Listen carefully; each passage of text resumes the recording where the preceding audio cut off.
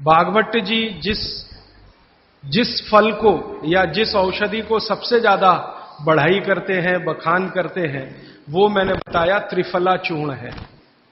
भागवत जी का ये कहना है कि पृथ्वी पर अगर कोई अमृत चीज है, अमृत तत्व है, तो वो ये त्रिफला है। त्रिफला में 3 फल हैं, आंवला है, बहेड़ा है, हरडे है। लेकिन जो महत्व की बात आपको समझने की है वो ये कि हर, बहेड़ा, आंवला इसको हमेशा 1, 2, 3 के अनुपात में ही उपयोग करें। भागवत जी ने त्रिफला उपयोग करने के लिए बोला है, लेकिन उसके साथ उन्होंने एक महत्व की बात जोड़ी है कि इसको अकेला कभी भी उपयोग ना करें, या तो इसमें गुड़ मिलाएं या तो इसमें शहद मिलाएं।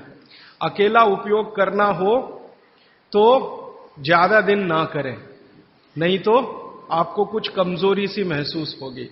ज्यादा दिन से मतलब 3 महीने के आगे ना करें। तो मैंने जो बताया, रात को अगर त्रिफला ले रहे हैं तो या तो आप दूध के साथ लें, पानी के साथ त्रिफला लेना माने अकेला त्रिफला लेना, ऐसा माना जाता है। दूध के साथ अकेला नहीं है, गुड़ के साथ अकेला नहीं है, और शहद के साथ अकेला नहीं है। त्रिफला में तीनों के बारे में मैंने कल थोड़ा थोड़ा आपको बताया था। ऐसे ही भागवत जी कहते हैं त्रिफला जैसी ही एक वस्तु है, त्रिकटु है। फिर ऐसे कर करके उन्होंने पूरी 108 की सूची बताई है। अब मैं उसको विस्तार में नहीं जाना चाहता, क्योंकि थोड़ा समय कम पड़ रहा है मेरे पास, और मुझे आगे की कुछ बातें जो छूटी हुई हैं वो बतानी है। त्रिफला जैसी कुछ वस्तुओं के बारे में मैंने कल कहा था, जीरे के बारे में कहा था, आपको थोड़ा हींग के बारे में कहा था, अजवाइन के बारे में कहा था। ऐसे ही अपने घर में एक बहुत अच्छी चीज है जिसके बारे में मैं कल छूट गया बोलना, लेकिन बोलना जरूरी है। वो है मेथी का दाना। भागवत जी कहते हैं कि अपने रसोई में आंवला, हरडे, बहेड़ा, इन तीनों के बाद कोई अच्छी चीज है तो अजवाइन, फिर उसके बाद बोला तो जीरा, फिर उसके बाद बोला तो हींग, और उसके बाद फिर वो बोलते हैं सबसे अच्छी चीज है मेथी का दाना। इस मेथी के दाने के बारे में इसकी जो विशेषता है मेथी की, ये वात नाशक है और कफ नाशक है। वात और कफ, 2 बीमारियों को जड़ से खत्म करने की शक्ति इस मेथी में है। मेथी पित्त को बढ़ाती है, वात को कम करेगी, कफ को कम करेगी, पित्त को बढ़ाएगी। इसका मतलब यह हुआ कि मेथी उपयोग अगर आप करते हैं तो वात की बीमारियां खत्म हो जाएंगी पूरी तरह से, और कफ की बीमारियां खत्म हो जाएंगी पूरी तरह से। पित्त की बीमारियां बढ़ सकती हैं क्योंकि मेथी पित्त को बढ़ाती है। तो जिन लोगों को पित्त की बीमारी पहले से है, उनके लिए विनती है कि वो मेथी का उपयोग ना करें। जिनको पित्त की बीमारी पहले से है वो मेथी का उपयोग ना करें। पित्त की बीमारी आप समझते हैं, एसिडिटी होना, हाइपर एसिडिटी होना, अल्सर होना, पेप्टिक अल्सर होना, मुंह में पानी आना, खाने का हजम नहीं होना, खाना खाने के 2-3 घंटे बाद भी खाने का टेस्ट मुंह में रहना, डकारे आना वगैरह वगैरह, हिचकी आना, ये ज्यादातर पित्त से जुड़ी हुई बीमारियां। तो मेथी के लिए भागवत जी कहते हैं कि पित्त के रोगी छोड़कर वात और कफ के रोगी इसको भरपूर मात्रा में ले सकते हैं। अब वात की बीमारियां अगर आपकी हैं, घुटने दुखना, कमर दुखना, कंधे दुखना, जोड़ों का दर्द, मेथी का उपयोग जरूर करें, जरूर करें। अब आप पूछेंगे जी मेथी का उपयोग करने का तरीका बहुत सरल बताया भागवत जी ने, कि रात को 1 गिलास गुनगुने पानी में या गर्म पानी में 1 चम्मच मेथी दाना डाल दें, रात भर उसको रखें, सुबह उठकर मेथी दाने को चबा चबा के खाएं। चबा चबा के खाने का महत्व तो बहुत है।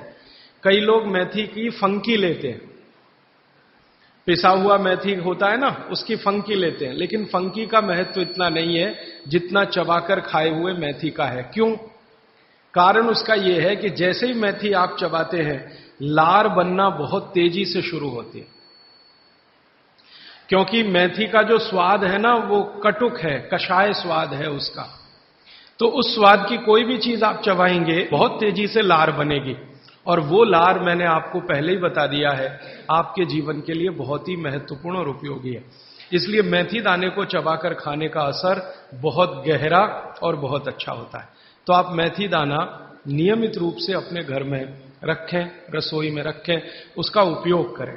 इस मेथी दाने के लिए एक बात वैसे मैंने महसूस की है, हमारे ज्यादातर घरों में अचार जितने भी बनते हैं सब में मेथी होती है, ज्यादातर। तो आप बागवट जी की बात अगर मानते हैं और सुनते हैं तो जो भी अचार में मेथी है वो अचार नहीं है, औषधि है, दवा है। माने आप कभी भी अपने जीवन में ऐसे अचार खाने से परहेज ना करें जिसमें मेथी है। मेथी है तो जरूर खाएं, वो चाहे आम का अचार हो, चाहे कोई भी दूसरा नींबू का हो, या जो भी अचार आप डालते हैं, अगर मेथी है तो जरूर उस अचार को आप खा सकते हैं। कुछ अचारों में मेथी के अलावा ये भी होती है, अजवाइन होती है। अगर अजवाइन है तो आप जरूर अचार खा सकते हैं, क्योंकि महत्व की बात जो आपको मैं समझाना चाहता हूं वो ये कि किसी भी अचार पर, किसी भी फल पर औषधियों का असर फल से ज्यादा होता है। जो विज्ञान की बात है वो ये कि आपने अचार डाला, तो मान लो आम का फल था, आम के फल का अचार डाला, अब इस पे मेथी पड़ गई या इस पे पड़ गया ये अजवाइन पड़ गई, तो अजवाइन और मेथी दो ऐसी औषधियां हैं जो दूसरे के प्रभाव को बहुत कम और अपने प्रभाव को बढ़ा देती हैं। तो कई लोग ऐसा घबराते हैं ना, मुझे अचार खाना तो अच्छा लगता है लेकिन खा नहीं सकता क्योंकि मुझे ऐसी तकलीफ है। मैं आपको यह कहना चाहता हूं कि अगर मेथी पड़ी हुई है किसी भी अचार में और आप वात के रोगी हैं या आपको कफ की तकलीफ है तो बेझिझक वो अचार खाइए, तो अचार के साथ मेथी जाएगी। और अचार में पड़ी हुई मेथी का असर पानी की मेथी से कई गुना ज्यादा हो जाता है। मैंने जो मेथी आपको बताई वो पानी में रात को डाल के सुबह खाना, इसका जितना असर है, लेकिन अचार में डाली हुई मेथी का असर इससे कई गुना ज्यादा है, क्योंकि अचार में ये मेथी 5-6 महीने साल भर पड़ी रहती है। मेथी के बारे में बागवट जी कहते हैं कि तेल में मिलाकर अगर आपने इसको रख लिया तो बात वही है कि अचार में तो तेल भी है, बिना तेल के अचार नहीं है। अब मेथी उसमें डल गई तो आप समझ लीजिए कि इसकी शक्ति जो काम करने की है वो 20 गुनी ज्यादा होती है, कम से कम 20 गुनी ज्यादा होती है। तो इसलिए अचार में पड़ी हुई मेथी जितनी पुरानी होती जाएगी आपको उतनी ही लाभकारी है। और ठीक यही बात उन्होंने अजवाइन के लिए लिखी है कि अजवाइन अचार में पड़ गई है तो आप समझ लो कि वो बहुत गुनी बढ़ गई है। अब मैं ये दूसरे तरह से सोचता हूं कि हमारे घर में जो माताएं बहनें हैं वो कितनी वैज्ञानिक हैं कि अचार के रूप में मेथी को या अजवाइन को इस तरह से डालती हैं। वो अनजाने में कितना बड़ा विज्ञान का काम कर रही हैं। जानकर करें तो आप सोचो कितना गर्व हो, कितना गौरव हो, लेकिन अनजाने में वो कर रही हैं। तो ये बात मैं विशेष रूप से आपके ध्यान में लाना चाहता हूं कि जिस घर की माताएं अचार बनाना जानती हैं वो बहुत वैज्ञानिक है। भले उन्होंने अपनी मां से सीखा हो या दादी मां से सीखा हो या नानी मां से सीखा हो, अनजाने में आपने एक ऐसी चीज सीख ली है जो दुनिया के बड़े बड़े डॉक्टर नहीं जानते। कोई भी एमबीबीएस एमडी डॉक्टर से पूछ के देख लीजिए, उसके बारे में कुछ नहीं जानता। और चूंकि वो जानता नहीं है तो अनजाने में कह देता अचार मत खाओ जी, हाँ नहीं तो ये हो जाएगा वो हो जाएगा। उसको ये मालूम नहीं है कि मेथी दाने का अचार है, अजवाइन का अचार है, जीरे का अचार है। तो ये जीरा है, मेथी दाना है, अजवाइन है, हींग का अचार एक बनता है। तो बागवट जी कहते हैं कि जितने तरह के फलों के अचार हम बनाते हैं उसमें आयुर्वेदिक औषधि अगर पड़ गई है तो वो फल का असर कम है, औषधि का असर ज्यादा है। और आयुर्वेद की औषधियों को कुछ विशेष कॉम्बिनेशन में तेल के साथ अगर आप उपयोग कर रहे हैं तो असर सबसे ज्यादा है। माने बागवट जी के हिसाब से अचार आप जरूर खाएं, लेकिन इसमें उन्होंने बोला है कि अचार महत्व की बात है कि उसमें या तो मेथी हो, या तो अजवाइन हो, या तो जीरा हो, या तो हींग हो, दालचीनी हो, जो भी है, औषधि के बिना अचार ना खाएं। ये है उनका सूत्र। थोड़ा आगे बढ़ते हैं। वो हमारे रसोई घर में एक चीज के बारे में बहुत बखान करते, माने बहुत बढ़ाई करते। वो ये कहते हैं कि जो लोग खाने के बाद पान खाते हैं चूना मिलाकर, वो जिंदगी भर वात के रोगी होंगे नहीं।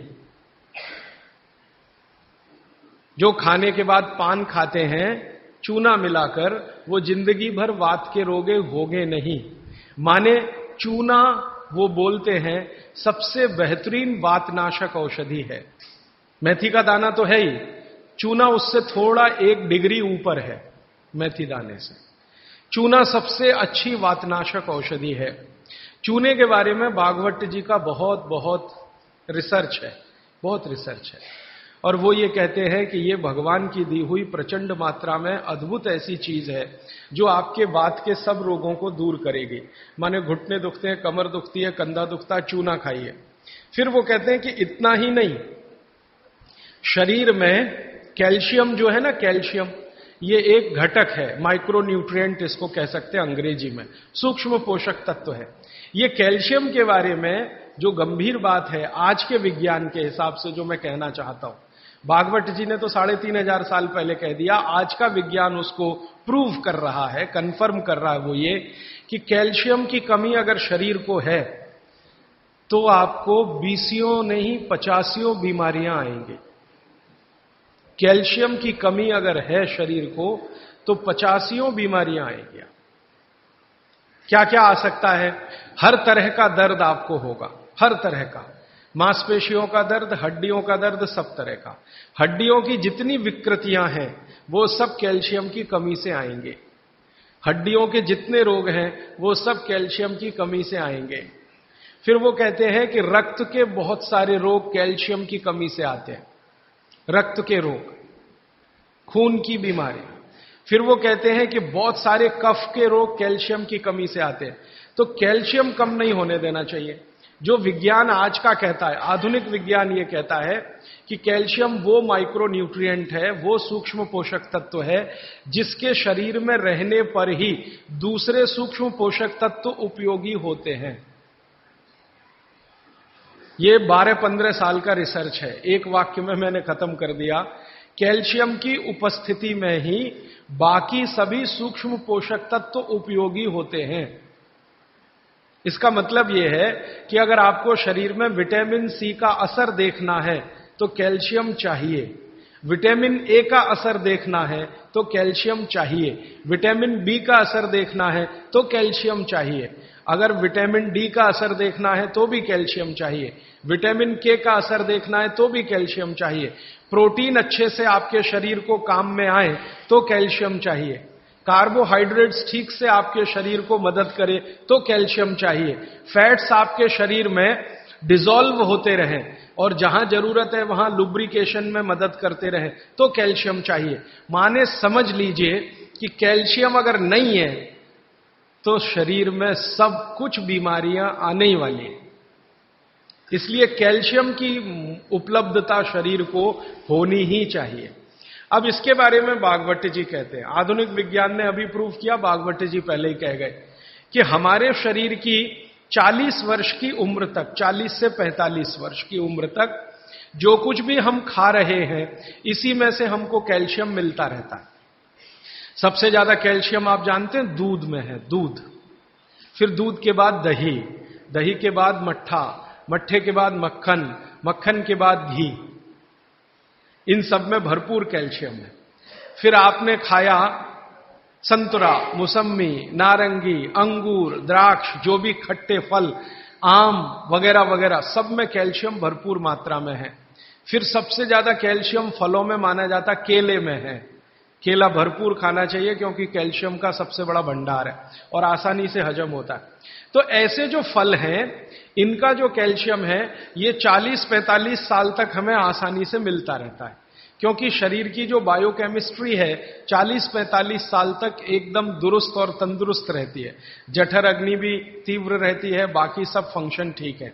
लेकिन जैसे ही 45 की उम्र खत्म होती है, माताओं को यह बात विशेष रूप से कह रहा हूं, बहनों को, माताओं को, जैसे ही आपकी 45 की उम्र पूरी होती है और आपका मेंसेस साइकिल बंद होता है, मासिक धर्म आपका बंद होता है, उसी समय आपको कैल्शियम हजम होना कम होना शुरू होता है।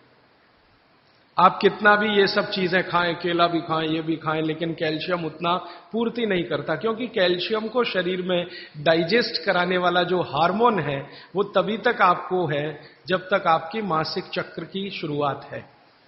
मासिक चक्र बंद होते ही ये हार्मोन कम होता है। आप जानते हैं कई हार्मोन्स कम हो जाते हैं। तो कैल्शियम डाइजेस्ट होना बहुत मुश्किल होता है, तब आपको जरूरत पड़ती है कि बाहर से कैल्शियम लें। इसलिए सब माताएं इस बात को ध्यान दें और इसको गांठ बांध लें कि 45 की उम्र होते ही चूना खाएं, क्योंकि अतिरिक्त बाहर से कैल्शियम उसी से मिलेगा। चूना जरूर खाएं आप सबके लिए, और आपको भी है चूना खाएं, क्योंकि आपकी उम्र भी 45 की जब पूरी होगी तो ये जो कैल्शियम है वो आपके लिए पर्याप्त नहीं है, जो फलों से और सब्जियों से आ रहा है, कुछ अतिरिक्त चाहिए। और चूंकि बाकी सब माइक्रो न्यूट्रिएंट्स कैल्शियम की उपस्थिति में ही काम आएंगे, इसलिए इस पर ध्यान दीजिए। तो शायद इसलिए इस देश में एक परंपरा विकसित हुई है पान खाने की। ये पान खाने की परंपरा बहुत वैज्ञानिक है, बहुत ही वैज्ञानिक। जिसने भी शुरू की वो बाघभट्ट का पक्का चेला रहा होगा, बहुत समझकर उसने ये शुरू की। और ये अद्भुत है। अद्भुत मैं इसलिए कह रहा हूं कि भारत की सब जातियों में उत्तर से दक्षिण, पूरब से पश्चिम ये परंपरा है। कहीं भी चले जाओ, आप सिक्किम में चले जाओ, अरुणाचल में चले जाओ, वो भी पान खाते हैं। और आप धुर दक्षिण में आ जाओ तो यहां भी है, उत्तर में चले जाओ, कहीं भी चले जाओ। तो ये पान खाना भारतीय सभ्यता का एक बहुत महत्वपूर्ण अंग है जो स्वास्थ्य से जुड़ा हुआ है। बस ध्यान इतना ही रखिए कि पान जो है चूने का ही खाना है। पान जो है चूने का ही खाना है। पान कभी भी कत्थे वाला ना खाएं, क्योंकि कत्था आपके लिए उतना उपयोगी नहीं है। कत्था स्वाद के लिए आप उपयोग करते हैं, चूना औषधि के लिए उपयोग करते हैं। ये बात मैं एक बार पहले भी कह चुका हूं, आज फिर से इसलिए कह रहा हूं कि कुछ नए चेहरे मैं देख रहा हूं। कल बहुत सारे नए और आज भी बहुत सारे नए चेहरे आए हैं। अब वो ये जरूरी बात से वंचित रह जाए, इसलिए मैंने ये दोबारा से कहा है।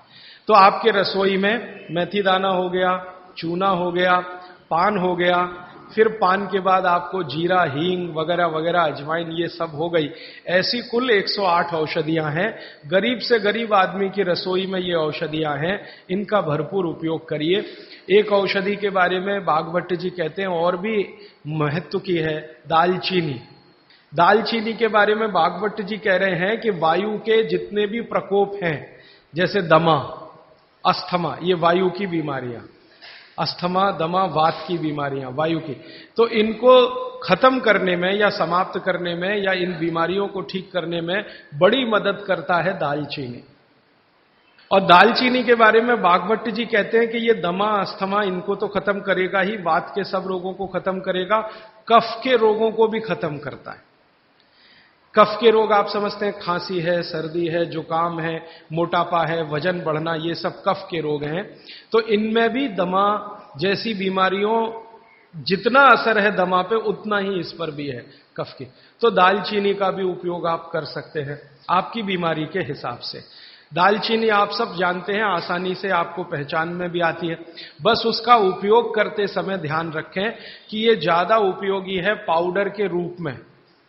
कई बार मैंने देखा है भोजन बनाते समय हम दालचीनी का पत्ता डाल देते हैं या उसकी वो जो छाल जैसी है वो डाल, वो उतना उपयोग नहीं आता जितना पाउडर करके वो उपयोग में आता है।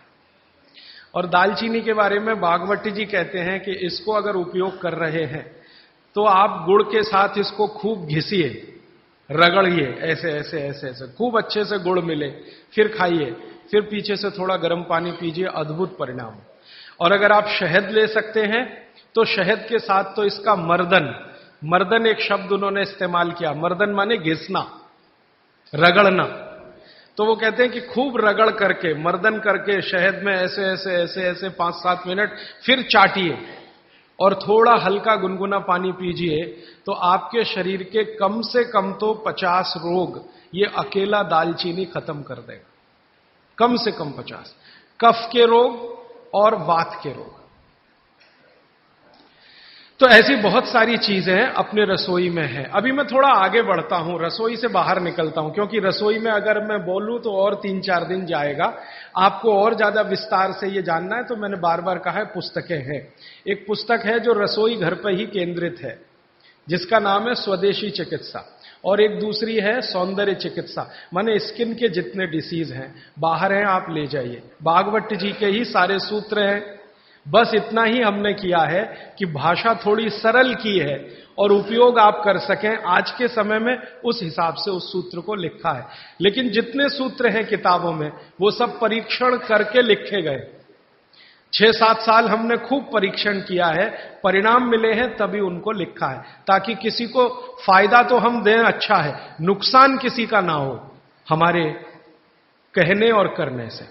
मैं थोड़ा आगे बढ़ता हूं। भागवत जी कहते हैं कि भगवान ने, प्रकृति ने हमको जो बहुत सारी चमत्कारिक चीजें उपलब्ध कराई हैं, भगवान ने या प्रकृति ने, उनमें से एक चमत्कारी चीज वो बोलते हैं गाय है। गाय,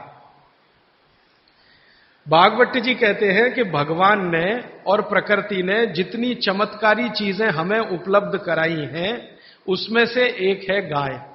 और गोमूत्र के बारे में वो बहुत बखान करते हैं। बखान शब्द आप समझते हैं, खूब प्रशंसा करना, खूब प्रशंसा करना। वो कहते हैं कि ये गाय का मूत्र अद्भुत है।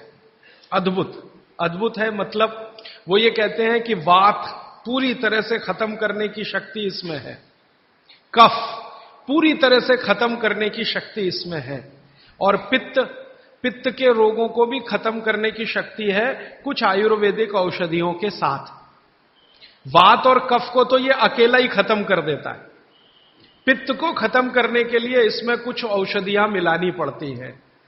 लेकिन वो कहते हैं कि जीवन में 3 तरह के जो जितने रोग हैं, वात, पित्त, कफ, इनकी कुल संख्या मैंने आपको सबसे पहले दिन बोली थी 148 रोग हैं लगभग भारत में।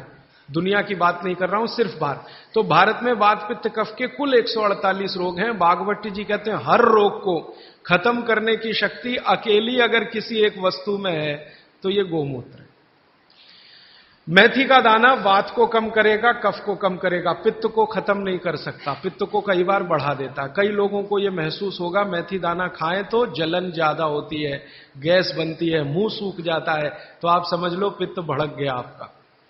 तो उन लोगों के लिए तकलीफ है। लेकिन वो कहते हैं कि यह गोमूत्र एक ऐसी चीज है जो वात, पित्त, कफ तीनों को सम में लाने के लिए सबसे ज्यादा मदद करता है। अब ये तो उन्होंने लिख दिया 3500 साल पहले, तो जरूर कुछ ऑब्जर्वेशन किए होंगे। हमको इस पर भरोसा कम होता था। जब ये बात मैंने पहली बार पढ़ी तो भरोसा कम होता था कि क्या अद्भुत चीज बता रहे हैं वो, वात, पित्त, कफ तीनों को एक साथ सम में ला सकता है। थोड़ा सा मामूली हेर फेर करना पड़ेगा पित्त के रोगियों के लिए, बाकी के लिए तो कुछ नहीं करना। तो फिर हम लोगों को जब शक हुआ कि शायद ये इतना असरकारी नहीं हो सकता, तो गोमूत्र पर हम लोगों ने कुछ परीक्षण किए। हमारा एक बहुत बड़ा समूह है इस देश में, तो उसमें बहुत तरह के लोग हैं, वैज्ञानिक भी हैं, डॉक्टर भी हैं, वगैरह वगैरह। तो कुछ वैज्ञानिक और डॉक्टरों ने मिलकर कहा करके देख लो। भागवत जी कह रहे हैं तो हो सकता है जरूर इसमें कुछ गंभीर बात हो, करके देखो। तो जब करके देखना शुरू किया तो पिछले लगभग 5-6 वर्षों में गोमूत्र पर हजारों परीक्षण किए, हजारों। सबसे पहले तो उसका हमने केमिकल एनालिसिस कराया कि आखिर गोमूत्र है क्या। तो सबसे ज्यादा उसमें पानी है।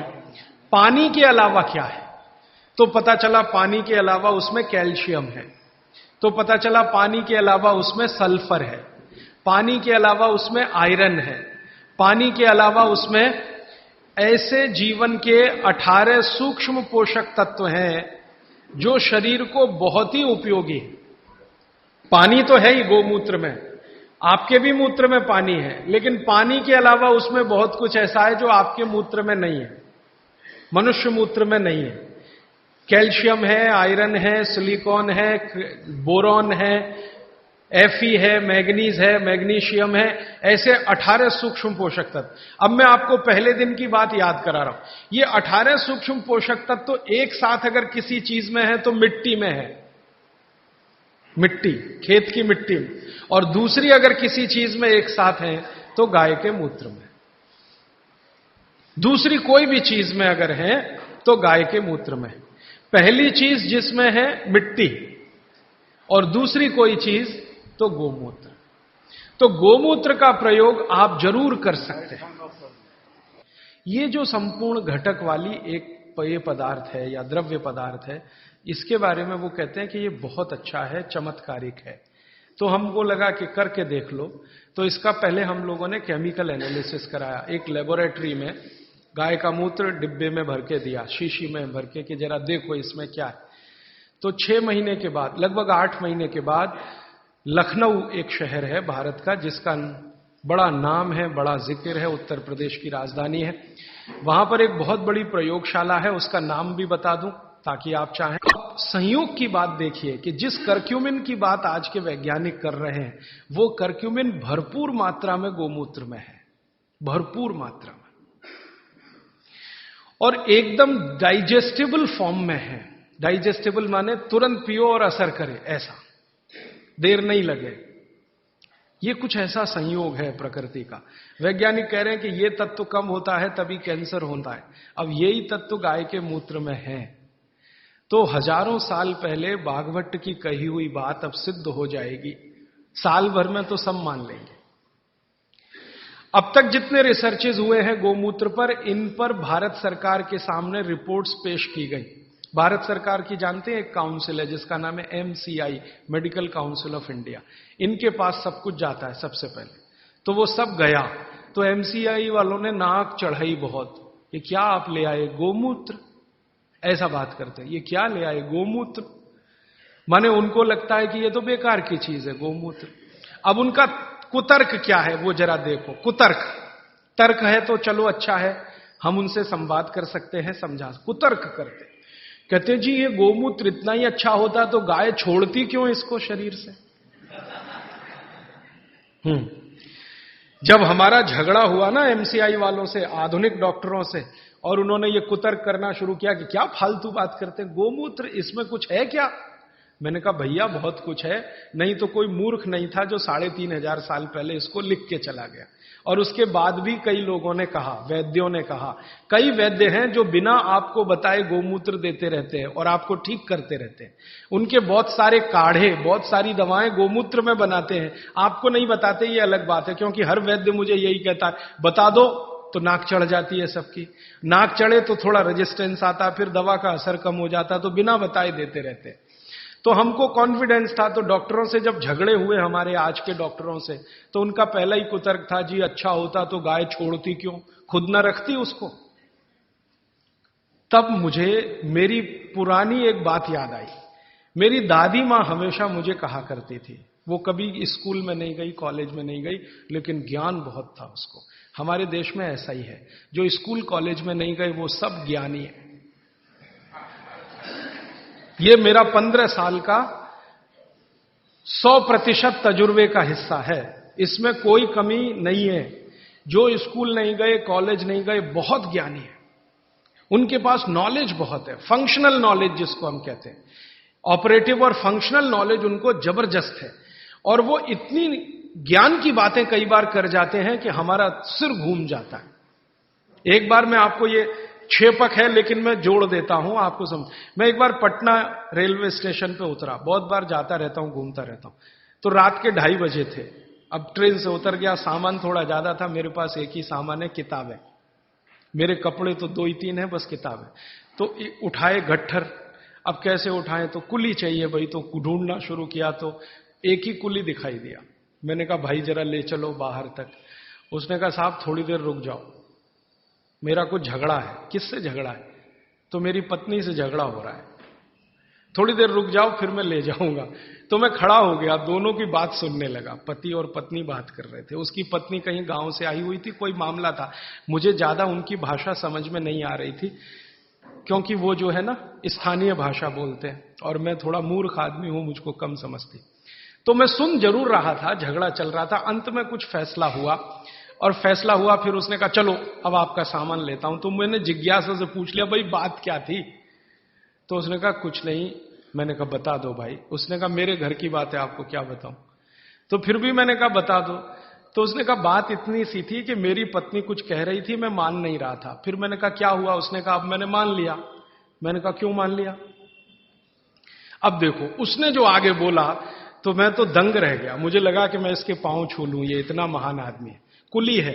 वो कहता है जी स्त्री जो होती है ना, स्त्री वो खूंटा होती है, खूंटा। खूंटा समझते हैं? हिंदी का शब्द है खूंटा। खूंटा जिससे हम गाय बांधते हैं, बैल बांधते हैं।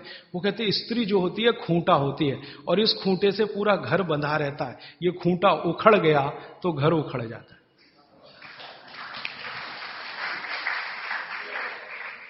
अब मैंने कहा कि भाई इसने कहीं यूनिवर्सिटी में गया नहीं, कोई डिग्री इसके पास है नहीं, इतने ज्ञान की बात इसने कैसे कही।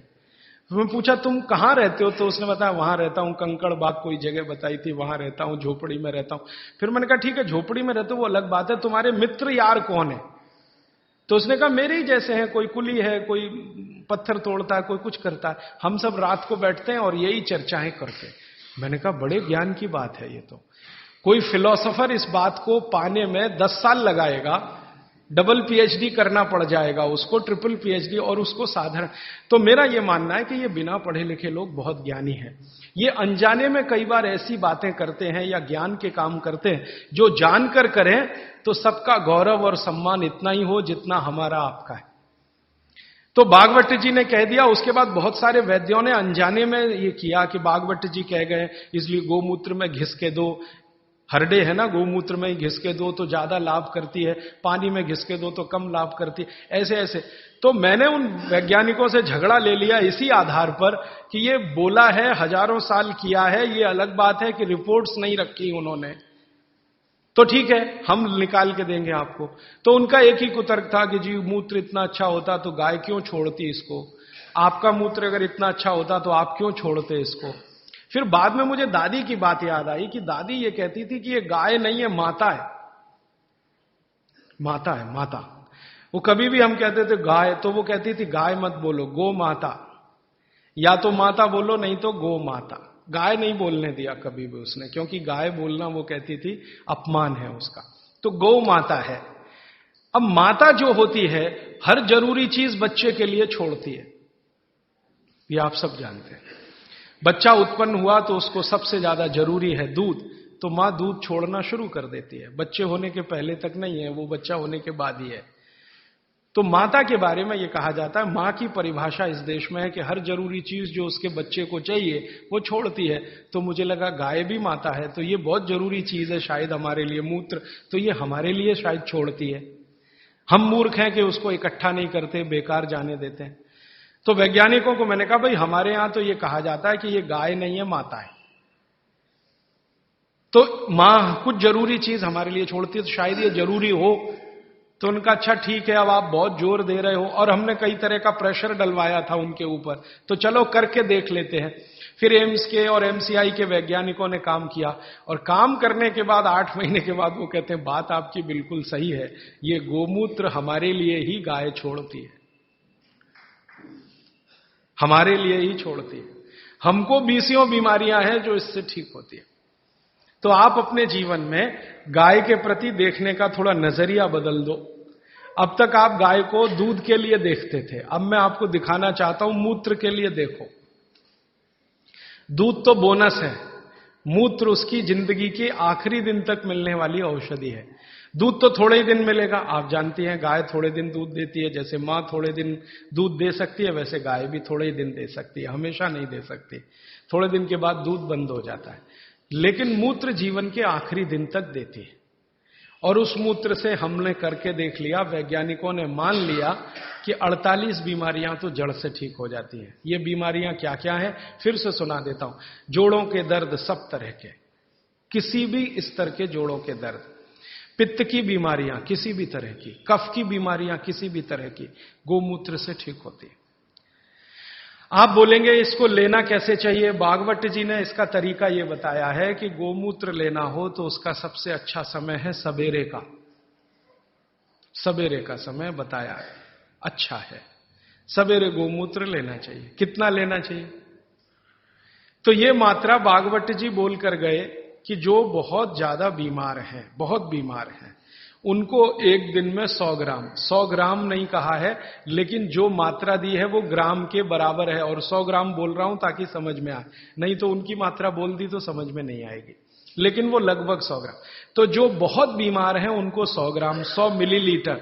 100 मिलीलीटर माने एक कप जो चाय का है ना उसमें 150 ml चाय आती है, 150 मिलीलीटर। तो उसका पाव कप मान लो।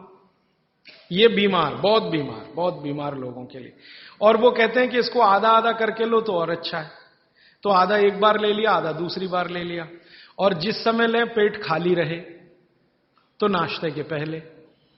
अब पेट खाली 2 समय रहता है दिन में, एक तो सुबह सुबह, और दूसरा जब भोजन के बाद आप 4 घंटे निकल जाए ना, तो पेट लगभग खाली हो जाता है, तो शाम को ले सकते हैं बीमार लोगों। और जो बीमार कम है या स्वस्थ हैं, निरोगी हैं और लेना चाहते हैं, उनको एक ही बार। तो 50 मिलीलीटर की मात्रा उन्होंने बताई उसके लिए। स्वस्थ, कम बीमार 50 मिलीलीटर। 50 मिलीलीटर माने 1 कप का तिहाई हिस्सा, 1/3। तो ये आप ले सकते हैं। अब जिस गाय का मूत्र आप ले रहे हैं उसके बारे में एक छोटी जानकारी उन्होंने जोड़ी उसमें। वो ये कहते हैं सूत्र में कि गाय जो मूत्र पीने लायक माने औषधि के रूप में देती है, वो गाय को पैदल चलना बहुत आवश्यक है। माने वो चले, दिन में घूमे, टहले। बांधी हुई गाय जिसको आप चलने ही मत दो, घर में ही बंधी रहे, उसके मूत्र के बारे में भागवत जी कहते हैं कि वो उपयोगी नहीं है, उपयोगी नहीं। अब हमने क्या देखा कि ये जो जर्सी गाय है ना, जर्सी, होलिस्टियन, फ्रीजियन, ये बंधी हुई गाय है। आप इसको छोड़ भी दो तो जाती नहीं है, बद्ध से बैठ जाती है। खड़ा करो फिर बैठ जाएगी, फिर खड़ा करो फिर, खड़ी भी नहीं होती, ज्यादा देर बैठी रहेगी। चलना तो उसके लिए इतना भारी है कि जब वो चलेगी तो ऐसी कराह निकलती है उसके मुंह से। तो ये बंधी हुई गाय है। भागवत जी कहते हैं बंधी हुई गाय का मूत्र अच्छा नहीं है। तो हमने जर्सी का निकाल के देखा, वो सच में अच्छा नहीं। जर्सी गाय के मूत्र में 3 ही घटक है और देशी गाय के मूत्र में 18 घटक है। जो कुछ मिट्टी में है वो गाय के मूत्र में है। अच्छा, फिर मुझे बचपन की एक बात याद आई। मेरी दादी मां ने कहा कि गाय के शरीर में 33 करोड़ देवता हैं। अब बात सुन ली, बैठ गई मन में। एक्सप्लेनेशन में पूछता था अपने आप से कि ये कैसे हो सकता, 33 करोड़ देवता, 33 करोड़ देवता। तो हमारे यहां एक शब्द है कोटि। कोटि, कोटि है ना, कोटि। कोटि का एक अर्थ होता है करोड़ और कोटि का एक अर्थ होता है प्रकार। संस्कृत शब्द है कोटि। कोटि का एक अर्थ है करोड़, 10 करोड़, 20 करोड़, 50 करोड़, जो गिनती में आप गिन। कोटि का दूसरा अर्थ है प्रकार। तो शायद यहां पर जो अर्थ है वो प्रकार वाला है। 33 प्रकार के देवता, 33 करोड़ नहीं, क्योंकि जिस समय भागवत जी ने लिखा था उस समय हिंदुस्तान की आबादी 20 करोड़ से कम रही होगी। तो 33 करोड़ देवता कैसे हो सकते हैं जब कुल मनुष्यों की संख्या इतनी कम है? तो शायद वो प्रकार वाला है। और आजकल बहुत लोग खिल्ली उड़ाते हैं ना हिंदू धर्म की, ये ईसाई लोग और मुसलमान लोग जो खिल्ली उड़ाते हैं ना, वो इसी पे आ जाते हैं। क्या बात करते हो, 33 करोड़ देवता हैं तुम्हारे यहां? हमारे यहां तो एक ही देवता है और देवता तो एक ही होता है। तो वो शायद 33 प्रकार के देवता हैं, ऐसा है। अब मैंने एक बार पुराने शास्त्रों से गाय का एक चित्र निकला हुआ देखा, तो देवताओं का बना हुआ था कि गाय के शरीर में कौन कहां है। जैसे गाय के मूत्र में धन्वंतरी देवता है, गाय के गोबर में लक्ष्मी जी का निवास है। एक संस्कृत सूत्र है गोमय वसति लक्ष्मी, गाय के गोबर में लक्ष्मी है, गोमूत्र में धन्वंतरी है, गाय के गले में शंकर जी हैं। ऐसे ऐसे करके है। अब मैंने कहा करके देखो भाई, हैं तो करके देख लो। तो पहली बात तो समझ में तुरंत आ गई कि गोमूत्र से इतने रोग ठीक हो रहे हैं और धन्वंतरी तो आरोग्य के लिए ही उत्पन्न हुए थे, तो मूत्र में धन्वंतरी तो है पक्का। गोबर में लक्ष्मी है क्या? तो हम लोग 6-7 साल से ये प्रयोग कर रहे हैं और अब जाके हम ये कह सकते हैं कि सच में महालक्ष्मी है गोबर में, लक्ष्मी नहीं महालक्ष्मी। क्योंकि हमने गोबर का उपयोग किया खेतों में, यूरिया डीएपी बंद करा दिया। भारत में हमारा जो अभियान है ना, हिंदू स्वराज अभियान, आजादी बचाओ आंदोलन, इसके करीब करीब कार्यकर्ता पूरे देश में 18-20 हजार ऐसे हैं जो गोबर से ही खेती करते हैं। यूरिया का एक दाना नहीं डालते, डीएपी नहीं डालते, गोबर ही डालते। जब जरूरत पड़े गाय का गोबर डालते। और उनकी खेती पहले से इतनी अच्छी है कि उत्पादन उनका 2 से 3 गुना बढ़ गया। पहले हमारा कोई कार्यकर्ता कपास करता था तो यूरिया डीएपी से 1 एकड़ में 2-2.5 क्विंटल, अब गोबर डाल के करता है तो 7 क्विंटल कपास। पहले हमारा एक कार्यकर्ता गेहूं करता था तो यूरिया डीएपी से 1 एकड़ में 12 क्विंटल गेहूं, अब गोबर से गेहूं करता है तो 24 से 25 क्विंटल गेहूं उसी 1 एकड़। धान करते थे, चावल करते थे, तो यूरिया डीएपी से आता था मुश्किल से 15-17 क्विंटल धान, चावल उसमें भी कम होता था। अब हम धान करते हैं तो 30 क्विंटल तक आता है उसी गोबर से। बाजरे में किया, मक्के में किया, गन्ने में तो इतना अद्भुत परिणाम है कि यूरिया डीएपी का गन्ना करो तो गन्ना ज्यादा से ज्यादा 8 फीट ऊंचा होता है, गोबर से गन्ना करो तो 14 फीट तक ऊंचाई जाती है। गन्ने में यूरिया डीएपी से रिकवरी 8% है, गोबर से रिकवरी 14-15% है। और जो गोबर से गन्ना करें और उसका गुड़ बनाएं, रस से गुड़ बनाएं, तो वो गुड़ का अंतरराष्ट्रीय बाजार में भाव 70 रुपए किलो है और आप 15 रुपए किलो खरीदने में परेशान हैं। क्योंकि इंटरनेशनल मार्केट में लोग कहते हैं कि जी गोबर का गन्ना और उसका रस और गुड़ मिलता नहीं किसी देश में, भारत में ही संभव है, क्योंकि देशी गाय ही भारत में है और किसी के पास देशी गाय है नहीं। तो गोबर में लक्ष्मी है, क्योंकि आप उत्पादन बढ़ाएंगे, बाजार में बेचेंगे, लक्ष्मी आएगी। तो गोमय वसति लक्ष्मी, गोमूत्रे धन्वंतरी, सूत्र कुछ ऐसा है कि मूत्र में धन्वंतरी, गोबर में लक्ष्मी। अब ये गोबर पर एक्सपेरिमेंट करते करते हम यहां तक आए हैं कि गाय के गोबर में से गैस निकलती है। ये गैस से आप अपने घर का चूल्हा तो जला ही सकते हैं, ये तो पुरानी बात है। अभी आज की बात जो है वो ये कि गाय के गोबर से निकली हुई गैस से गाड़ी चला सकते हैं। गाड़ी माने Tata Sumo, Tata indica, Tata Sierra, Tata की वो सफारी, ये सब चलती है, बहुत आराम से चलती है। गोबर गैस है ना, उसको सिलेंडर में भरो और वो सिलेंडर गाड़ी में लगा दो तो बिना इंजन बदले और कोई तकलीफ किए वही गाड़ी दौड़ती है। दिल्ली में आईआईटी है, कभी भी आप वहां चले जाइए, आईआईटी कैंपस की सब गाड़ियां गोबर गैस से ही चलती हैं।